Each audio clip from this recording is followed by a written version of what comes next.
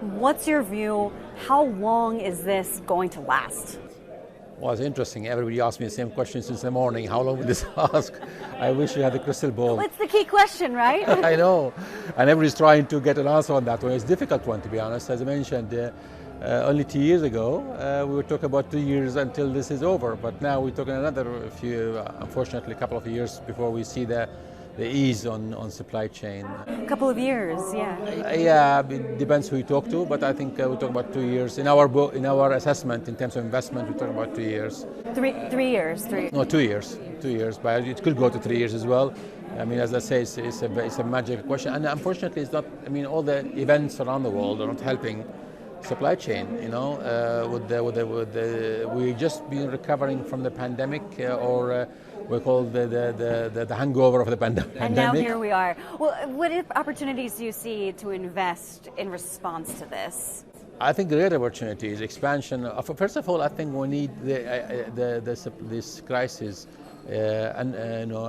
uncover some of the issues we have in supply chain globally, whether it's infrastructure, in the global infrastructure, in ports, logistics itself, even policies when it comes to governments.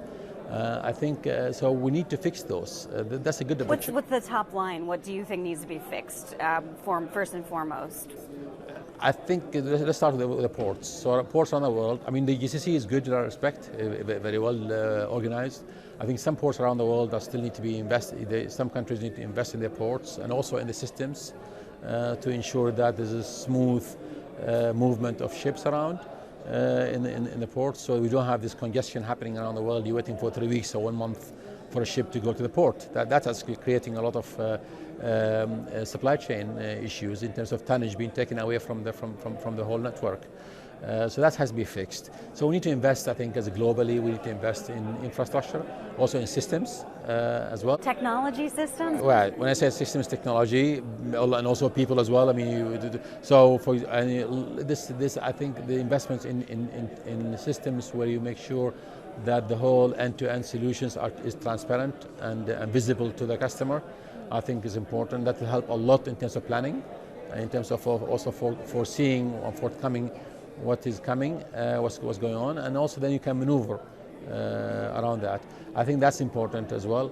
But it creates the pandemic and also the issues we have now creates a lot of opportunities in terms of investment, in terms of also looking at how we manage supply chain better.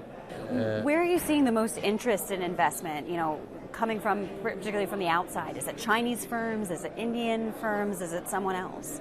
I think everybody, because don't forget the Chinese and Indians are major economies in the world, so we need to deal with that. They need stuff. Fact. They need to send stuff else. And also they are a source of a lot of production, and also raw materials as well. So it's they are major economies, and we have to deal with that. I think from that, so we need to work together. We need to collaborate. I think I still believe that we have to do a lot of multiple sourcing across the globe. So we need to just as a global economy, we need to collaborate more. We need to think. I think if one thing also that we learned from this pandemic, collaboration is extremely important, and having control tower over supply chain globally is important. Some people talk about onshoring and protectionism. I don't think that will work. So we need a bit more collaboration, much more visibility to supply chain, because that's good for the economy. So some recent announcements from the Oman Investment Authority about potentially exiting in part or in full from 2 Asyad logistics assets. Well, we had a college which grooms people or capabilities for the logistics industry. Now we are a logistics company per se. We're not really an education. We're not experts in education institutes.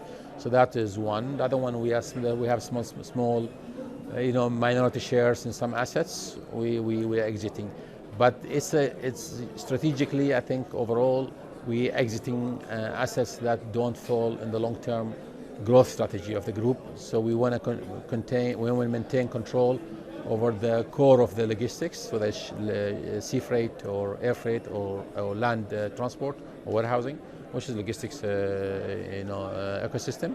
That's our core business, and we maintain control of that. But we exit from anything but that. That's what we're doing. So peripheral assets rather than the heart of the business. Yeah, exactly. Finally, I want to ask you about logistics in this region. Things don't always move around so slowly, so as quickly as some might like. There are shortages of various products.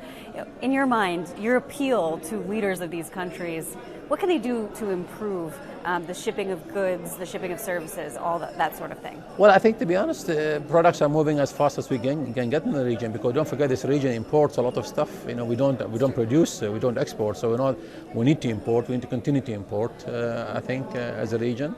So I think from best endeavor, a lot of goods are coming as fast as they can go. Of course, there are issues like semiconductors and chips in the eastern part of the world. You can do nothing about that, to be honest, and we have to just rely on such countries, and from manufacturing and also from a raw material provision point of view.